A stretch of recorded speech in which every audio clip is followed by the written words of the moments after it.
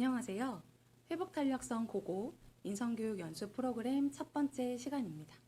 1차 시는 회복탄력성 고고 인성교육 연수 프로그램에 대한 전체적인 소개로 구성하였습니다. 순서는 다음과 같이 진행할 예정인데요.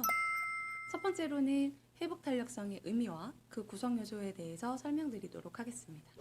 두 번째로 회복탄력성 프로그램의 구성 및 실행 계획을 안내해 드리도록 하겠습니다.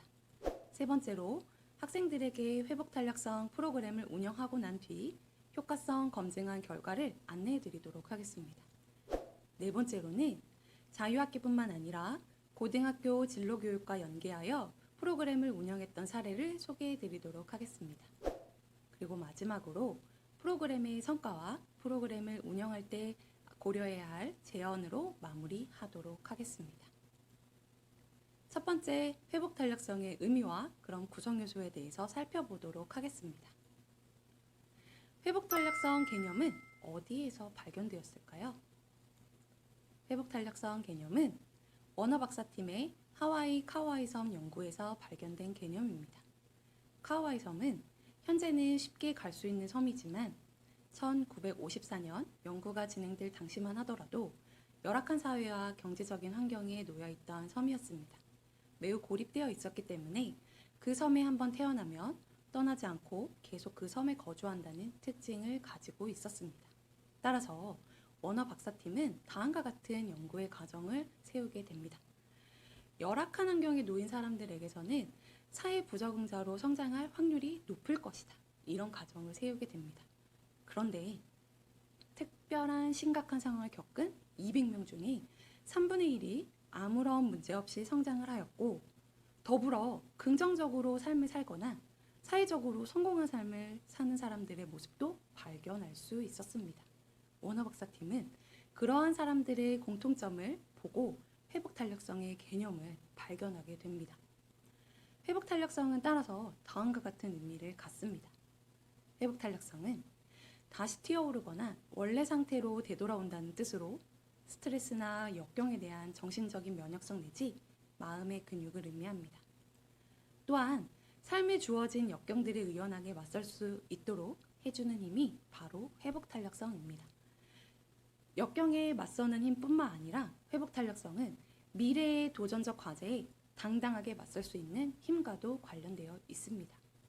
더불어 무조건 예스가 아닌 유연하고 정확한 사고의 과정을 통해 만들어지는 긍정의 과정 속에서 형성되는 개념입니다. 그렇기 때문에 나의 내적인 또 외부의 그 자원들을 효과적으로 활용할 수 있는 능력이 바로 회복탄력성입니다. 따라서 회복탄력성은 역경을 성숙한 경험으로 바꿀 수 있는 능력이라고 할 수 있습니다. 이러한 회복탄력성은 구성 요소를 가지고 있는데요.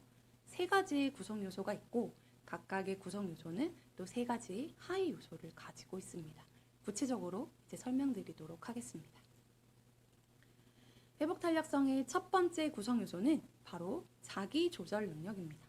자기조절 능력은 스스로의 감정을 인식하고 그것을 조절하는 능력을 뜻합니다. 하위 요소로는 감정조절력과 충동통제력, 그리고 원인 분석력을 갖습니다.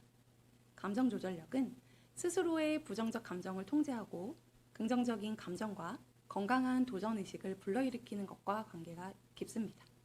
충동통제력은 기분에 휩쓸리는 충동적 반응을 억제하고 자신의 동기를 스스로 부여하고 조절할 수 있는 능력입니다.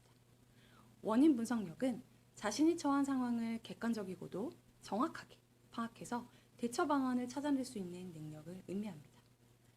다음은 대인관계 능력입니다.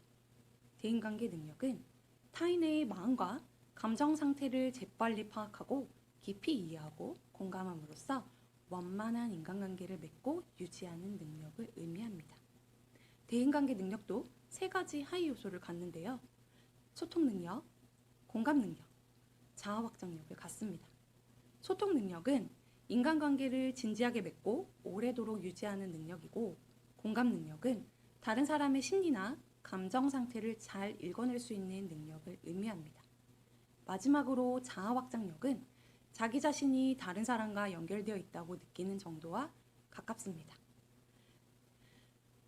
회복 탄력성 구성 요소 세 번째 요소는 바로 긍정성입니다.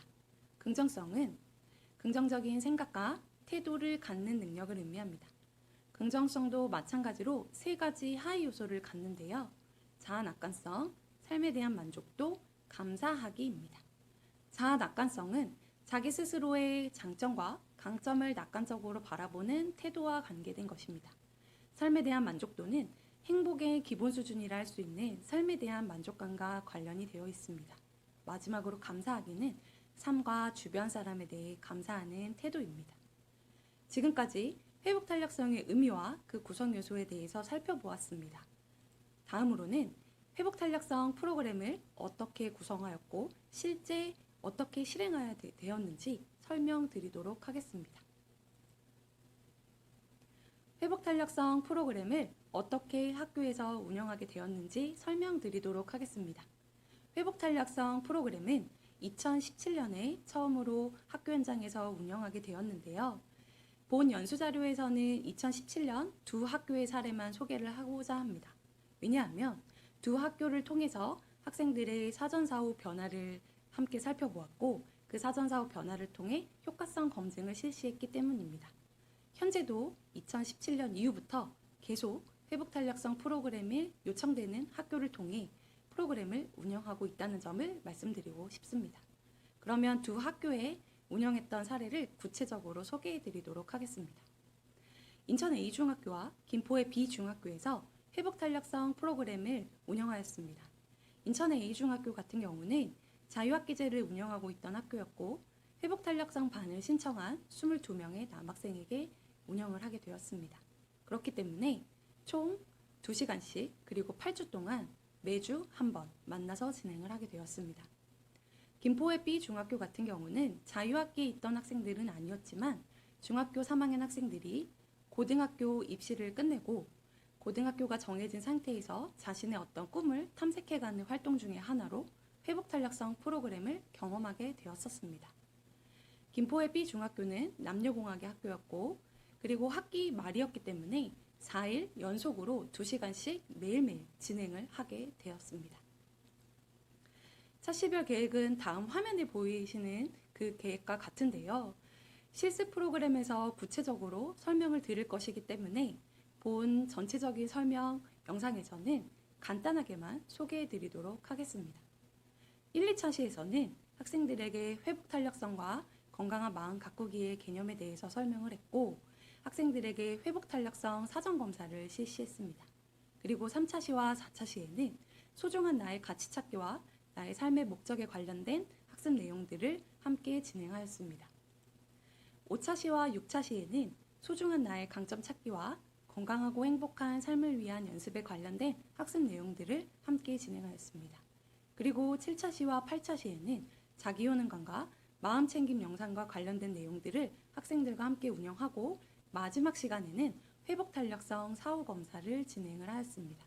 이렇게 진행을 하고 난 뒤에 학생들이 사전사후 변화를 가지고 프로그램 성과를 분석하게 되었습니다. 성과를 분석한 방법을 간단히 소개해 드리도록 하겠습니다. 검사 도구는 한국형 회복탄력성 지수 53문항으로 구성된 성인용 문항을 활용을 하였고요. 성과 분석 방식은 단일 집단 사전사후 설계 방식을 통해 사전사후의 변화를 측정해 보았습니다. 그리고 각 하위 요소의 사전사후 변화를 살펴보았습니다. 그럼 그 결과를 소개해 드리도록 하겠습니다. 회복탄력성 프로그램이 어떤 효과가 있었는지 두 학교를 통해 그 검증 결과를 소개해 드리도록 하겠습니다. 먼저 인천의 A중학교입니다. 인천의 A중학교 같은 경우는 자기조절 능력, 대인관계 능력, 긍정성, 그리고 회복탄력성 전체 총합 점수가 평균이 상승했다는 것을 화면을 통해서 확인하실 수 있습니다. 그리고 하위 요인으로 들어가게 되면 대부분의 하위 요인도 평균 점수가 소폭으로 상승했다는 것을 확인할 수 있으며 소통 능력에서는 학생들에게 통계적으로 유의한 결과까지 얻을 수 있었습니다. 소통 능력에서 유의한 결과를 어떻게 얻게 되었을까 생각을 해보니 회복탄력성 프로그램이 나의 이야기도 해야 하고 친구의 이야기도 계속 들어줘야 하면서 서로 상호작용하는 그런 활동들이 많이 있습니다. 그러다 보니 학생들의 소통 능력에 통계적으로 유의미하게 상승한 효과를 볼 수 있지 않았나라는 생각이 듭니다. 그러면 인천 A중학교의 그 효과성 검증 결과를 종합해서 설명드리도록 하겠습니다. 긍정적인 결과는 대다수의 하위 요인의 평균값이 상승했다는 것을 확인할 수 있었습니다. 그리고 특히 프로그램 전후 대한민국의 성인 평균 이하에서 이상으로 변화했다는 것을 확인할 수 있었습니다. 그러나 한계점도 있었는데요. 사전사후 검사가 어렵다 보니까 아이들이 용어나 그리고 검사에 되어 있는 문장을 잘 이해하지 못해서 시간이 좀 많이 걸리기도 하였습니다. 이런 점을 한계점으로 볼 수가 있고요. 또 하나는 회복탄력성 개념을 설명하는 과정에서 강사가 조금 더 흥미 유발을 할 수 있었으면 참 좋았겠다 하는 그런 점들이 아쉬움으로 남습니다. 그럼 두 번째로 김포의 B중학교 사례의 효과성 검증 결과를 소개해 드리도록 하겠습니다. 김포의 B중학교는 4일 연속으로 진행을 하였고 비교적 짧은 시간이었으나 학생들에게 효과성은 상당히 높은 것으로 확인되었습니다. 화면에 보시는 바와 같이 평균의 변화도 상당히 컸고요. 그리고 통계적으로 유의한 결과를 도출할 수 있었습니다. 하위 요인도 마찬가지였는데요. 특히 감정 조절력, 충동 통제력, 원인 분석력, 공감 능력, 삶에 대한 만족도에서 학생들에게 통계적으로 유의한 변화를 이끌어낼 수 있었습니다. 그러면 김포의 B중학교도 종합적으로 그 결과를 소개해 드리도록 하겠습니다. 긍정적인 결과는 모든 하위 요인의 평균값이 상승했다는 점입니다. 더불어 3개의 중위 요인 그리고 전체 그리고 9개의 하위 요인 중 5개가 통계적으로 유의한 상승을 보였다라는 것입니다. 더불어 프로그램 전후 대한민국 성인 평균 이하에서 이상으로 변화했다라는 것을 확인할 수 있습니다. 하지만 김포의 B중학교 같은 경우에도 한계점이 있는데요. 김포의 B중학교 같은 경우는 학급을 통합으로 운영을 했었습니다. 남녀공학인 학교였고 그리고 3반을 2반으로 나누어 통합으로 운영을 했는데요. 그러다 보니 같은 반이 아닌 친구들은 조금 어색해하는 그런 단점이 좀 보였습니다. 그래서 처음에 첫 시간과 두 번째 시간에 학생들이 조금 어색해하는 그런 점들을 발견할 수 있었습니다. 그리고 단기간 집중 진행을 하다 보니 여유로운 진행 자체가 어려워 학생들에게 활동을 할 수 있는 충분한 시간을 주지 못했다는 한계점이 있습니다. 지금까지 자유학기에 관련된 학교 사례를 소개해드렸다면 지금은 고등학교 진로교육과 연계한 사례를 소개해드리도록 하겠습니다. 인천 C고등학교에서 프로그램을 운영했던 사례를 먼저 소개해드리도록 하겠습니다. 인천 C고등학교는 다음과 같은 특징을 가진 학교입니다. 인천 C고등학교는 교육복지 교과 중점과정을 운영하고 있던 학교였습니다. 따라서 교육복지 교과 중점과정을 신청한 학생들은 교육복지와 맞는 수업을 들을 수 있었습니다. 1학기에는 교육복지와 관련된 내용을 바탕으로 대학교 교수진의 팀티칭으로 운영이 되었었고요. 2학기에는 회복탄력성 관련 과제연구 선택반을 신청한 학생들에게 회복탄력성과 관련된 과제연구반을 운영하게 되었습니다. 절차는 다음의 순서로 진행이 되었는데요. 학생들과 총 10번을 만나게 됐었고요. 1차 시에서 7차 시까지는 회복탄력성 프로그램에 대한 이해와 실제 프로그램 실습으로 진행이 되었습니다. 프로그램 실습이 진행되는 과정에서 학생들에게 프로그램 실습을 하는 동안 내가 관심 있는 주제와 회복탄력성을 연결해서 어떤 주제로 과제 연구를 할 것인지 생각을 해보며 활동에 참여하면 좋겠다고 안내를 하였었습니다. 그리고 그 이후에 회복탄력성과 관련된 보고서를 작성하게 되었습니다. 학생들은 개인 또는 모든별로 회복탄력성과 자신이 관심 있어 하는 주제를 연결해 보고서를 작성하였습니다. 그리고 이 활동이 끝난 이후 같은 재단에 있는 중학교 후배들에게 직접 회복탄력성 프로그램을 운영하고 실습해 볼 수 있는 기회를 갖게 되었습니다. 먼저 인천시 고등학교 학생들의 연구 주제를 소개해 드리도록 하겠습니다. 첫 번째로는 회복탄력성 프로그램이 우리에게 미치는 영향이라는 주제입니다. 학생들이 프로그램을 실습하고 나서 자신들의 사전사 후 그 검사 결과를 분석해서 쓴 보고서입니다. 두 번째는 롤모델과 회복탄력성 관계를 분석해 롤모델이 회복 탄력성에 미치는 의미를 연구하였습니다. 세 번째는 상선항해사를 꿈꾸는 학생이 상선항해사에게 필요한 역량과 회복 탄력성 사이의 연관성을 찾아 보고서를 작성했었습니다. 마지막으로 듣는 말과 하는 말, 즉 긍정적인 말, 부정적인 말, 그리고 긍정적인 말을 자주 하는 사람과 부정적인 말을 자주 하는 사람, 그 사이에 회복 탄력성의 관계를 조사해 보고서를 작성했었습니다.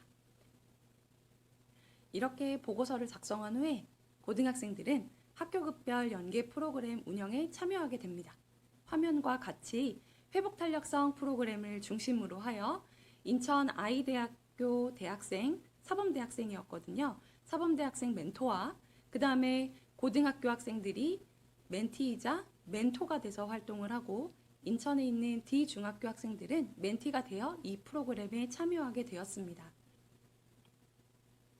학교급별 연계 프로그램은 2018년과 2019년 비슷한 시기에 운영을 하였는데요.